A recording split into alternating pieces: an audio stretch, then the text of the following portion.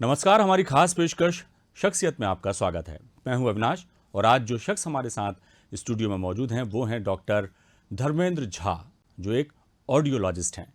धर्मेंद्र जी, आपका बहुत स्वागत हमारे कार्यक्रम में। नमस्कार सर, सबसे धन्यवाद। पहले तो ये जिस हुनर में आप पारंगत हैं और ये क्या मेडिकल साइंस में ऑडियोलॉजी या ऑडियोलॉजिस्ट आप जो कहते हैं, ये किस तरह से काम करती है, किस तरह का इलाज जो है किया जाता है आपकी इस विधा में? जी ये नमस्कार।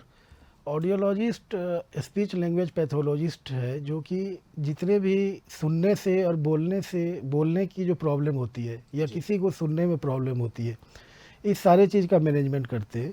इसका हम लोग ट्रीटमेंट करते हैं। जी सुनने में जैसे कि कुछ चीज़ ऐसा होता है सुनने में जो बाद में होता है, जैसे उम्र बढ़ते जाता है। आजकल इतने नॉइज पोल्यूशन है, लाइफ स्टाइल है, इससे रिलेटेड जिस तरह हमारी आँख की क्षमता कम हो जाती है दिखने की, उसी तरह हमारा जो हेयरिंग सुनने की क्षमता है, ये भी धीरे धीरे एज बढ़ने से काफ़ी कम होता है। और एक होता है जो कि जन्मजात बच्चों में, जो जन्म से पहले पता नहीं है, अब इसके बहुत सारे कारण हैं, लेकिन जन्म से पहले जो बच्चे में हमें जन्म के समय ही पता चलता है कि ये बच्चा सुनता नहीं है।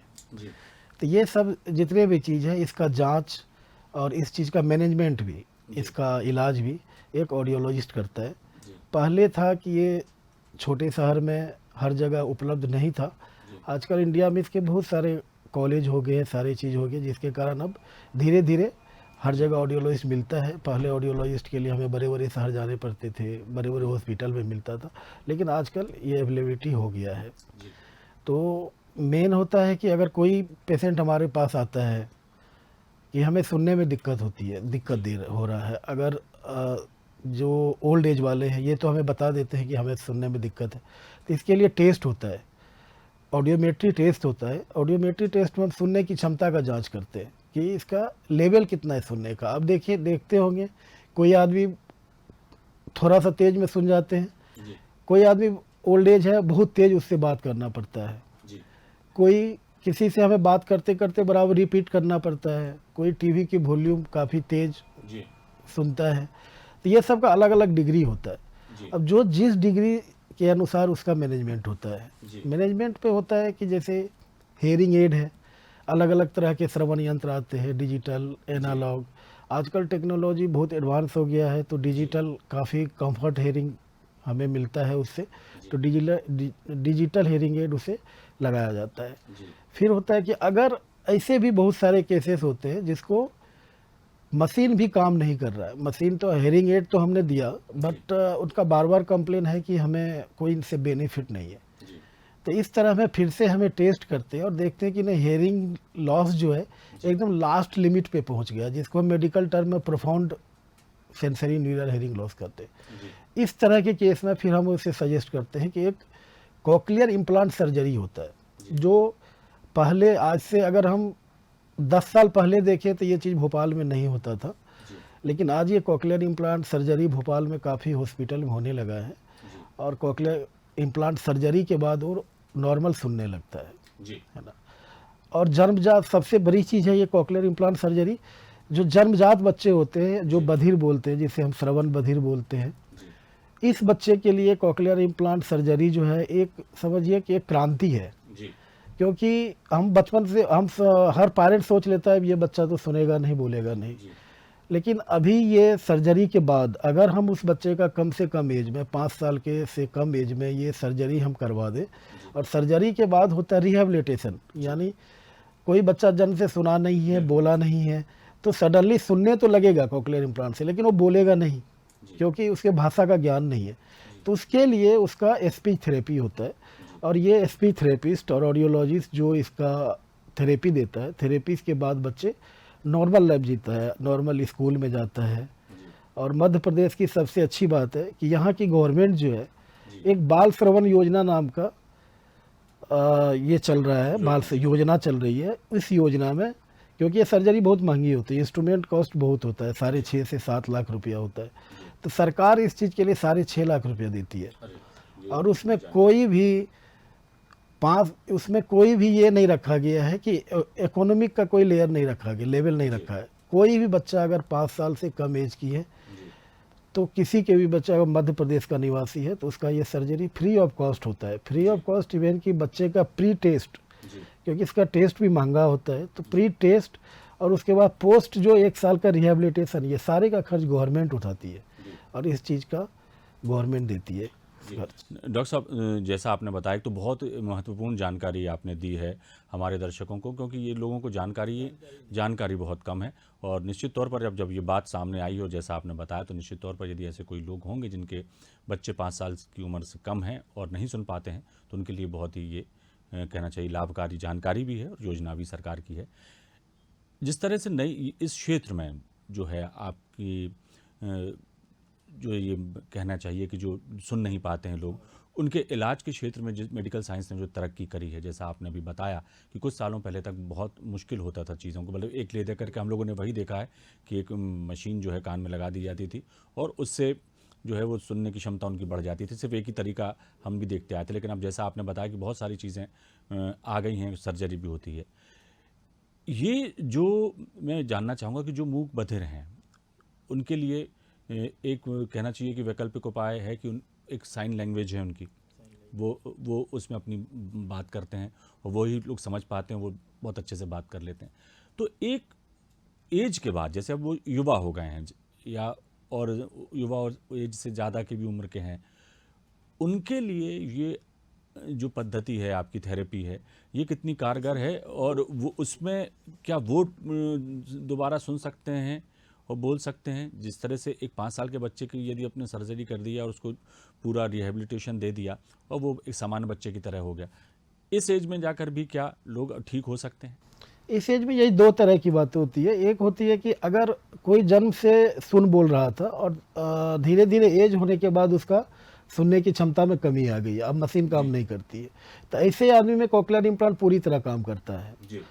लेकिन जो बच्चे जन्म से नहीं सुन रहा था, सुन बोल नहीं रहा था और अब उसका एज मान लो कि 20 साल हो गया, उस एज में इम्प्लांट तो लोग होगा, सक्सेसफुल होगा, बट उसमें सुनना, हेयरिंग तो आज डेवलप हो जाएगा, सुनने लगेगा, नॉर्मल सुनने लगेगा, लेकिन उसमें भाषा का विकास जो है एक लिमिट तक हो पाएगा, नॉर्मल नहीं हो पाएगा।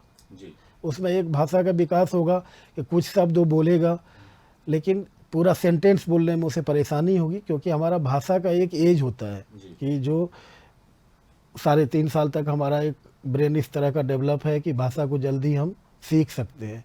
लेकिन जैसे जैसे ये एज बढ़ते जाता है तो हम भाषा नहीं सीख सकते।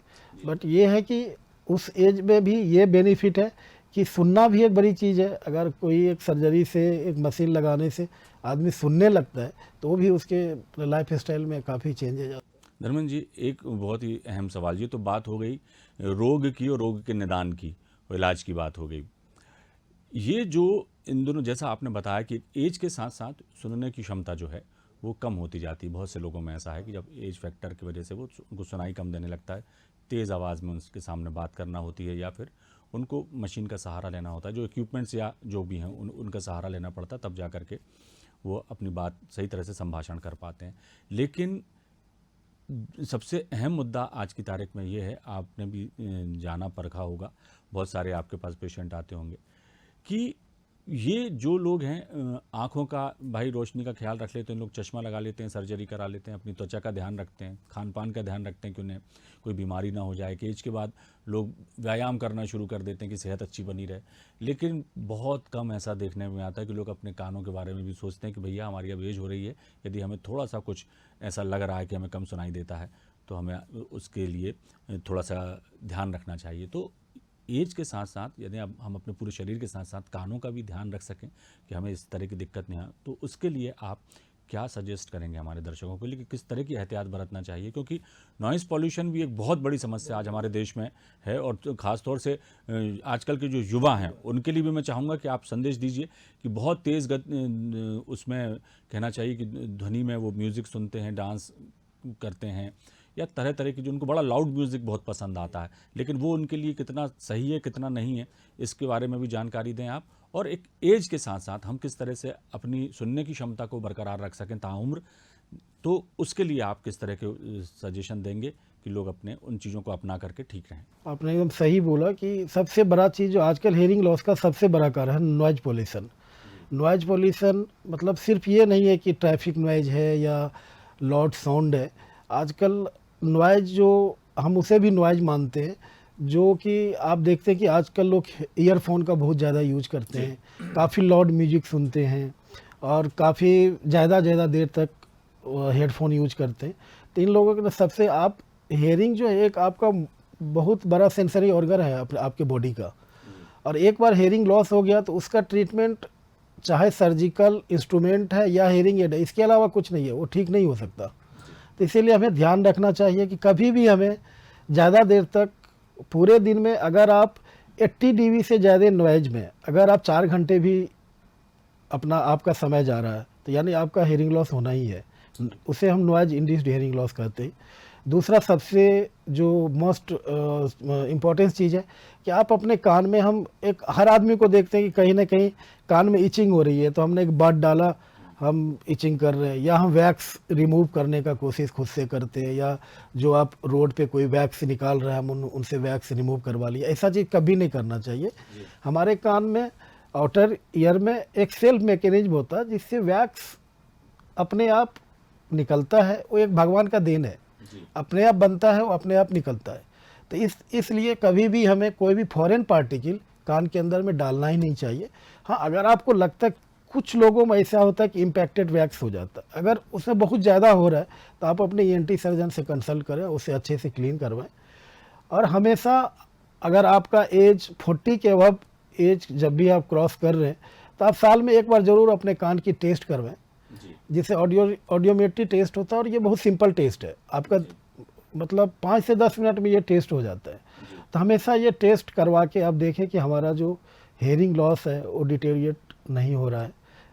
तो मेन चीज़ यही है कि हमें नॉइज और फॉरेन पार्टिकल को अवॉइड करना चाहिए और अपने खान पान का ध्यान रखिए। तो हर चीज़ के लिए ज़रूरत है, क्योंकि ऑडिटरी नर्व भी जो है उसे भी मैच्योरेशन के लिए, मेंटेन के लिए चाहिए प्रोटीन, विटामिन, तो ध्यान रखना चाहिए। डॉक्टर साहब, एक और बात हम जानना चाहेंगे। ये जिज्ञासा हमारे दर्शकों की भी होगी निश्चित तौर पर।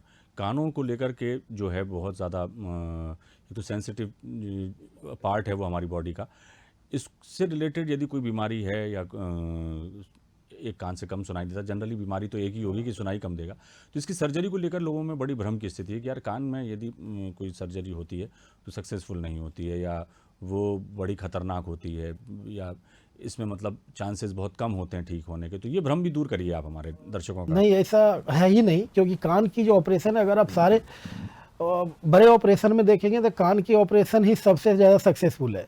क्योंकि अगर मिडिल ईयर में कुछ है तो बहुत सिंपल ऑपरेशन होता है, आपका पस डिस्चार्ज हो रहा है तो आप टिम्पैनोप्लास्टी हो जाता है। ऑसिकुलर चेन में होता है प्रॉब्लम तो एक बोन की ऑपरेशन होती है, सिंपल है। और सबसे सुनने में प्रॉब्लम है तो कॉकलियर इम्प्लांट सर्जरी।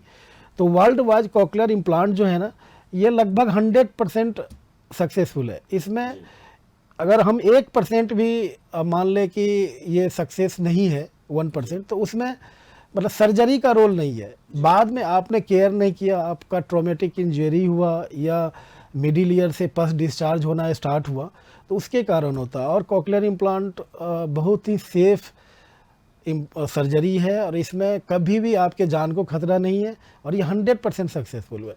लेकिन बस ध्यान यही रखना है, जो आपको इसके जो विशेषज्ञ है, जो ENT सर्जन है, ऑडियोलॉजिस्ट है, स्पीच पैथोलॉजिस्ट है, जो आपको बोल रहा है उसके अनुसार आपको उस चीज़ को ध्यान रखना है, ख्याल रखना है। जैसे आपने बताया कि ये मेडिकल साइंस ने निश्चित तौर पर डॉक्टर साहब बहुत तरक्की करी है। हाँ। और इस क्षेत्र में भी जैसा आप बता रहे हैं कि अब बहुत कुछ नई क्रांतिकारी का जो है खोजें हो चुकी हैं, या जिनको कहें कि आविष्कार हो चुके हैं कि ताकि बेहतर से बेहतर इलाज लोगों तक मुहैया हो सके। लेकिन आज भी हमारे देश में मैं नहीं समझता कि आप जैसे ऑडियोलॉजिस्ट बहुत ज़्यादा होंगे, जिस तरह की हमारे देश की आबादी, और ख़ास तौर से शहरों में तो चलिए कि सुविधाएं मिल भी जाएंगी, लेकिन ग्रामीण क्षेत्रों में ना तो अवेयरनेस है, ना डॉक्टर हैं, ना सुविधाएं हैं। ऐसे स्थिति में क्या लगता है आपको, क्या किया जाना चाहिए ताकि इस तरह के जो रोग हैं उनके निदान के लिए हमारे जो कहते हैं कि अंतिम छोर तक बैठा हुआ व्यक्ति भी है, उस तक ये इलाज नहीं तो जानकारी तो मिले और जहाँ इलाज हो रहा है वहाँ तक वो पहुँच सके, इसके लिए आप क्या सजेशन देंगे? मैं एक चीज़ बताऊंगा कि एक मध्य प्रदेश एक ऐसा राज्य है जहाँ पे एक चीज़ बहुत अच्छा है जी कि यहाँ पे लगभग सारे डिस्ट्रिक्ट हॉस्पिटल में अभी फिलहाल लगभग 3 to 4 ईयर से हर जगह ऑडियोलॉजिस्ट है। जी एक मध्य प्रदेश गवर्नमेंट की पॉलिसी ऐसा है कि हर जगह है। एक तो आप उसके कंसल्ट करें, दूसरी सबसे ध्यान यही रखना है कि अगर कोई भी आदमी आपको लगता है कि मतलब तेज सुन रहा है या इसके स्पीच में जैसे आप देखते हैं कि तुतलाना है या मिस आर्टिकुलेशन, कुछ शब्द का उच्चारण सही से नहीं कर पा रहे, तो ऑडियोलॉजिस्ट या ईएनटी सर्जन से आप कंसल्ट करें। जी और कम से कम आप डिस्ट्रिक्ट लेवल के हॉस्पिटल में तो पहुंच ही सकते हैं और उनसे बात कर सकते हैं, तो आपको गाइड कर देंगे कि क्या करना। धर्मेंद्र जी, एक बात अंतिम सवाल कि ये तो रही कानों की सुनने की क्षमता को बढ़ाने की और यदि इस तरह का कोई रोग है तो उसको ठीक करने की। बोलने में भी कई लोगों को जो बहुत तकलीफ होती है, तुतला के बोलते हैं और लंबे समय तक उनका जो है उच्चारण ठीक नहीं हो पाता। उम्र का एक बहुत लंबा वो सफ़र तय कर चुके होते हैं, उसके बावजूद भी ठीक नहीं होते। ऐसे बच्चों को शुरू यदि बचपन में ये प्रॉब्लम है तो वो किस तरह से ठीक हो सकती है, और यदि ये लंबे समय तक ये प्रॉब्लम है तो उसको ठीक करने के लिए क्या कुछ थेरेपी या किस तरह के उपाय खुद भी व्यक्ति करे ताकि वो प्रैक्टिस करके ठीक हो सकते हैं, उसके लिए कुछ सुझाव देंगे? स्पीच थेरेपी देखिए, 14 साल से कम एज में अगर किसी को तुतलाना हो रहा है, जिसे हम लोग स्टटरिंग कहते हैं, अगर इस तरह का है तो 14 साल के एज से पहले अगर आप स्पीच थेरेपी करवाते तो 100% वो क्योर हो जाता है। और अगर उसके बाद आप 14 साल तक मान लो कहीं नहीं दिखा पाए, किसी कारण से अब नहीं जा रहा है, तो सबसे बड़ी चीज़ है कि जो स्टटरिंग या तुतलाना जो है ये कोई बीमारी नहीं है। जी ये एक ज़्यादातर देखा जाता है ये साइकोलॉजिकल इशू है, एक हमारा मनोवैज्ञानिक ये है। तो हमें उस चीज़ में हमेशा उस चीज़ को दिमाग से निकाल देना चाहिए कि हमारी स्पीच में कोई प्रॉब्लम है। और जब भी आप बात करें तो एक टाइम लेके बात करें, मतलब बहुत समय लेके जवाब देना है। फास्ट बोलने की कोशिश ना करें। जी और बीच बीच में हमेशा अगर आप ब्रीथिंग को कंट्रोल रखते हैं, अपने सांस पे अगर आपको कंट्रोल है, तो ये चीज़ अपने आप भी ठीक हो जाता है।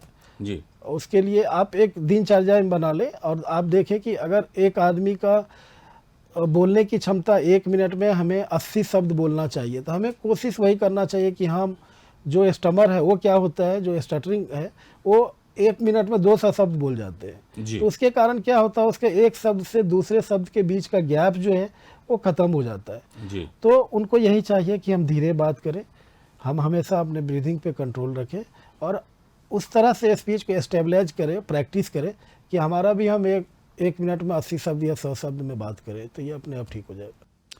चलिए डॉक्टर साहब, आप हमारे स्टूडियो में आए और आप बहुत ही महत्वपूर्ण जानकारियाँ आपने हमारे दर्शकों को दी, और निश्चित तौर पर जो जानकारियाँ आपने उन तक पहुँचाई उसका लाभ निश्चित तौर पर वो उठाएंगे और एक बेहतर जीवन जी सकेंगे।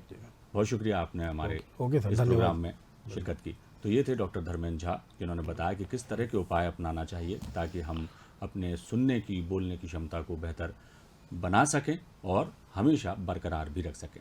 फिलहाल दीजिए इजाज़त, बने रहिए आप हमारे साथ। नमस्कार।